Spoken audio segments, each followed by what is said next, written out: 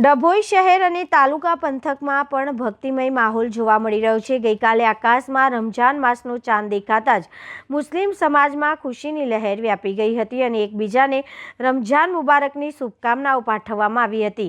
મસ્જિદો તરાવીની નમાઝ ગુંજી ઉઠી હતી।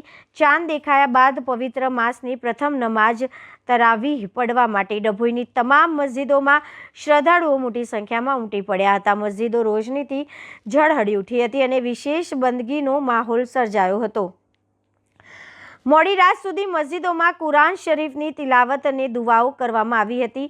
ઉઠો જાગો મુસાફરીના અવાજ સાથે શહેરીનો પ્રારંભ। વહેલી સવારે શહેરીના સમયે શહેરના માર્ગો ઉઠો જાગો રોજદારો રોજા રખને કા વક્ત હો ગયા જેવી બૂમો અને અવાજો સાંભળવા મળ્યા। આ પરંપરાગત અવાજો સાથે મુસ્લિમ બિરાદરોએ વહેલી સવારે ઉઠીને સહેરી કરી પવિત્ર રમઝાન માસનો પ્રથમ રોજો રાખ્યો હતો।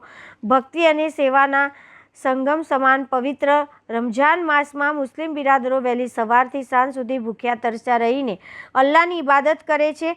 આ મહિનાની વિશેષતા નીચે મુજબ છે। ઇબાદત આખો મહિનો પંચગાના નમાઝ તરાવી અને કુરાન શરીફનું પઠણ કરવામાં આવે છે।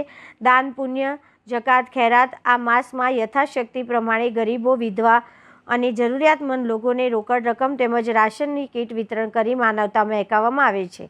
સંયમ આ મહિનાનો માત્ર ભૂખ્યો રહેવાનો જ નહીં પરંતુ ખરાબ વિચારો અને કાર્યોથી દૂર રહી આત્મશુદ્ધિ કરવાનો પણ છે। સમગ્ર ડભોઈ પંથકમાં રમઝાન માસ નિમિત્તે બજારોમાં પણ રોનક જોવા મળી રહી છે અને મુસ્લિમ બિરાદરો પૂરી શ્રદ્ધા સાથે આ પવિત્ર મહિનાની ઉજવણી કરી રહ્યા છે।